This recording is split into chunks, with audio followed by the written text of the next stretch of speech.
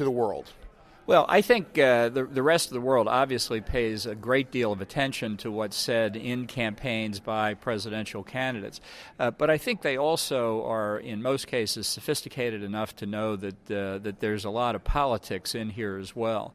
That said, I just think it's important for the Republican nomination process, but ultimately in the general election as well, that we have more discussion about foreign and defense policy, because my view is the president's most important job is keeping the country safe internationally. There are many, many other important issues. There's no doubt about that. But we need to hear from these candidates because there are many crises and challenges that will arise in the years ahead that we can't predict today. So people need to know how they think. They need to know what the judgment and character of the candidates is going to be. And so I hope for a lot more of it.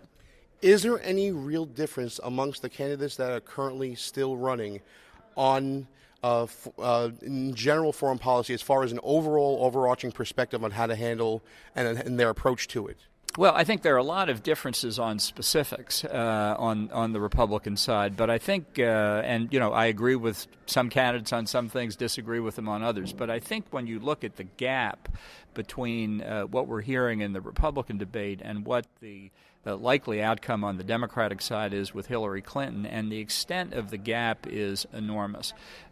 People say, but Hillary Clinton's going to be tougher internationally than Barack Obama was. I think the evidence for that is hard to find.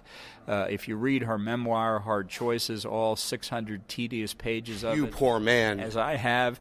There are very few real differences between her and Obama. And I have to say, as a personal matter, I knew her in law school, and she was a radical then, and she's a radical today. So, there's a lot of talk about her trying to modify her positions after she gets the nomination. I don't put anything past her politically, but where her heart is basically the same place as Obama. People need to understand Obama is not an aberration within the Democratic Party on national security issues. He, Joe Biden, John Kerry, Hillary Clinton are all of the same cloth, and that's dangerous for the country, in my view. Well, what we've seen under President Obama is slashes in military spending almost to the bone, that we can't really handle multiple regional conflicts at all the way we used to. And we're seeing an approach that seems to handcuff the military from engaging this new enemy in the world, in the war on terror, than what I would see a Republican doing.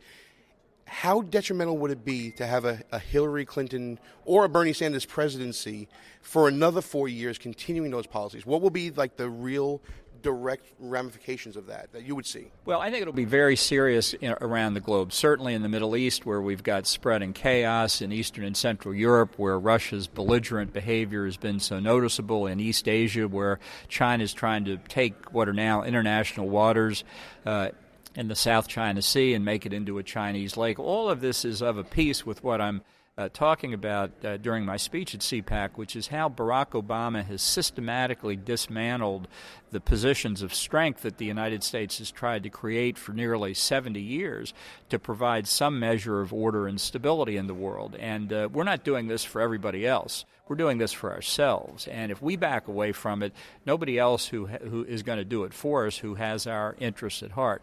So this is a process that's been going on for 7 years. It will continue for the remainder of his term. If you add another 4 or 8 years on top of it, the effects will be very serious indeed.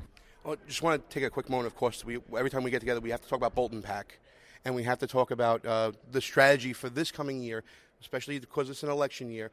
How do you see the agenda of Bolton PAC being laid out when you have the election going on, and will Bolton PAC ultimately be backing the Republican nominee? Well, I certainly plan to support the Republican nominee, and I've said that back from the day when people were thinking perhaps Rand Paul would win, somebody with whom I have a lot of disagreements, but I said even if he got the nomination, I would back the Republican nominee for the reasons we were just talking about. The gap between all of them on the one hand and Hillary Clinton or Bernie Sanders on the other is enormous.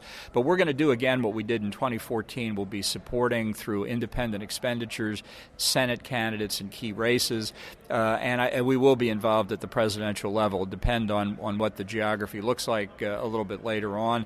But I'm hoping that we'll be able to have resources that permit us to do even more than we did in 2014. We've already raised as much money right now as we did in the entire 2014 2014 cycle. So we're moving ahead. Which leads me to the next thing I want to tell you is, I want you to tell my audience anyway, is how they can give money to Bolton PAC and how they can find you online and all that stuff. We want them. It's great that you've matched 2014. Let's get over that top of that. Absolutely. Well, go to boltonpac.com. We send out email solicitations all the time, but there's a lot of material on the website about national security. We've got a PAC, a super PAC. There's also the Foundation for American Security and Freedom, a 501c4 organization. So just get online and take a look at us, and we'd love to hear from you. We'd love your support. Feels like we're on the brink, not only in this election, but in our standing around the world. I want to thank you for coming on the show and talking to us about it, and look forward to talking to you again real soon. Absolutely. Glad to do it. You want to talk about punching down? John Bolton on this show, like Brad Morrison said in the chat room, that's punching down. We want to thank Ambassador John Bolton for coming on the show, for actually classing up the joint for a while. And it was a great interview, man. By the way, John Bolton was an ambassador to what? The UN. The UN. And was he confirmed by the Senate?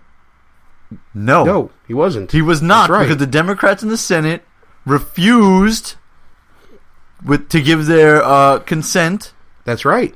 To one of George Bush's appointments as an ambassador, something that's really not that controversial, especially to the UN. And they're making a big deal about the Supreme Court in the last year of our presidency. We played clips of this last show, or 2 shows ago. Yes, absolutely. About the hypocrisy of people like Chuck Schumer. Yes. Actually, you had the name right the first time. And, of course, then Senator Obama, following up on the same line. And I believe Joe Biden did the same thing. And this is why you can't have senators running the show. I'm only kidding. I love Ted Cruz. But, all right, let's talk about real quick, Gene. This is the topic I wanted to bring up with you. Get your take on this. I don't know how much you got to watch. Fox News. First of all, I think Fox News is going down the toilet lately, led by Megyn Kelly. She's a disaster. What did you think about the debate, this last one? I have some very strong opinions about it. I think every debate that Fox News has done so far has been a disaster. Oh, I thought it became a debate between the moderators and Donald Trump. Yes. That's what it turned into. Megyn Kelly with those clips, when they did the 3 clips in a row. Who has a debate with clips? Apparently this is a new trend. You know what? Russ, do me a favor. We've talked about this before, but it bears repeating. Give the Russell Gallo guide to how a moderator should act at one of these debates. This is Russ Gallo moderating a debate. Candidate A, Candidate B, the topic is immigration. You both have 3 minutes. Go. That's it. And you let them go. You let them go. And if they're wrong, you let them be wrong. If they're right, you let them be right. But it's not the job of the moderator to fact check for the benefit of the audience. You know what? If the audience wants benefit, go check it out yourself and go look it up for yourself. Especially with the gotcha crap that Megyn Kelly was pulling. They pulled out... They would ask a question, they would know already what Donald Trump's canned answer was, and then they would have a slide to put up on the screen to try and disprove what he just said. That's not a debate moderator. That's like a gotcha question that some 2-bit hack interviewer would do. Right. I totally agree with you on this, Russ. A debate should be about the candidates. It shouldn't be about the tricky graphics or the music or the montages. It should be about what the candidates are saying. And you know what? We've become such a media-driven society. And look, we're doing a show right now, and I guess we're part of it, right? But, God, there are so many egos. I'm not just talking about Donald Trump and the people on the stage right now. The egos are at the moderator's table as well, that you almost have to show up the moderator in order to make your point sometimes. It's absolutely ridiculous. And you know what? People in the chat room are agreeing with you on this. And I'm glad they are, because I can't understand either. You watch Fox News, and you'll see them all patting each other on the back for the whole week after a debate. Yeah, we asked them some very tough questions. That's not your job to ask the very tough questions. You want to get these candidates' opinions and policy stances on issues. That's it. But let them rise and fall in their own answer. Let them challenge each other's facts.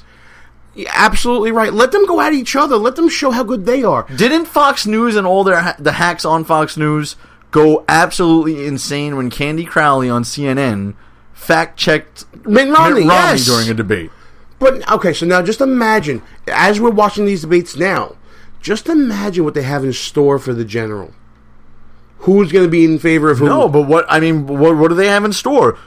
Brett Baer did what was so-called a town hall with Bernie and Hillary, Which don't you think it's funny that we call Bernie and Hillary by their first names, but all the Republican candidates we pretty much call them by their last names? Well, we're respectful that way. No, but that's just everybody. We are some respectful... But Fox News did what they claimed to be a town hall between those two candidates, and they were all softball questions there, too. I mean, they sort of touched on the email scandal. Listen, Hillary Clinton's gonna be indicted. Take that to the bank, folks. You know what I want you to do right now, folks? He just said, take it to the bank. I got to tell you about my friend's new website, goonrecord.com. Check it out right now at www.goonrecord.com. Create an account with the website, and you can put down any position you want. You type it out however you want in your opinion, and then when you click publish, that's the end of it. It's there to be challenged by other people. It's there to be discussed by other people, but you can't change it. You know what?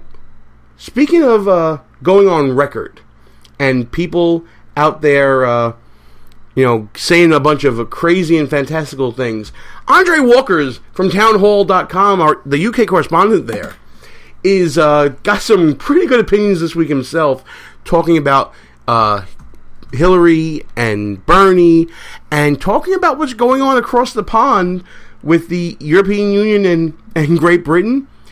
Let me tell you something. Andre Walker is a hoot to listen to. Just the accent. I mean, we're a sucker for accents right now. We got the Brooklyn going on here with me and Russ. But what accents? I'm telling you, what accents? Check out Andre's weekly monologue right now. Hello and welcome. My name's Andre Walker, and your weekly monologue starts right now. This was the week the Spanish government threatened to invade British territory if we vote to leave the European Union. Makes you wonder if Trump wasn't right to suggest walling off Hispanic nations and send them the bill. Well, Mr. Trump, Spain can have a go if they think they're hard enough. Britain is pretty gangster too, you know. I'm lying, of course, because over here we're a little more old school than that.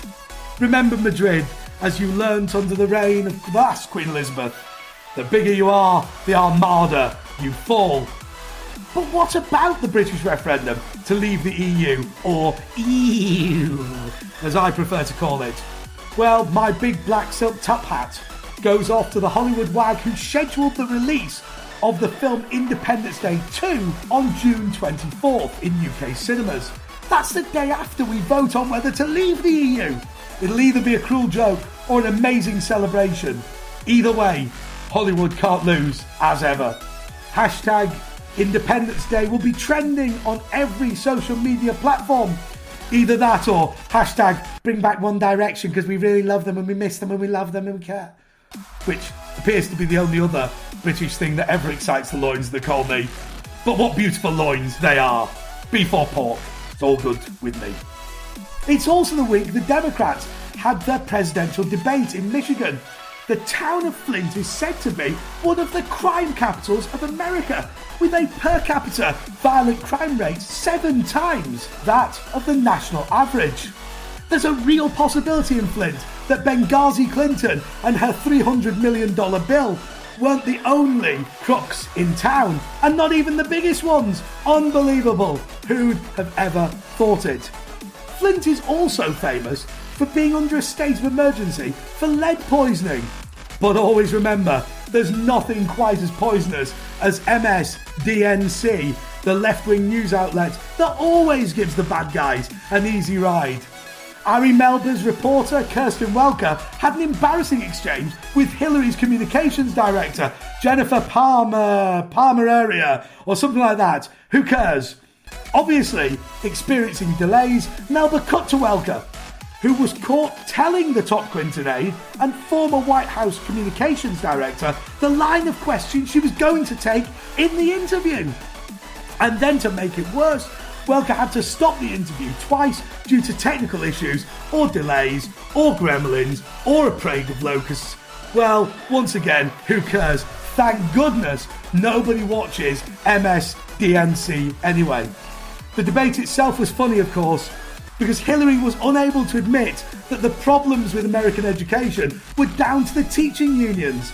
Further proof, in my view, that Obama has successfully snubbed out free speech in the land of the free and the home of the brave. I think it would have been more fun to have drunk the lead-infused water in Flint. Well, we all know that Sanders would legalise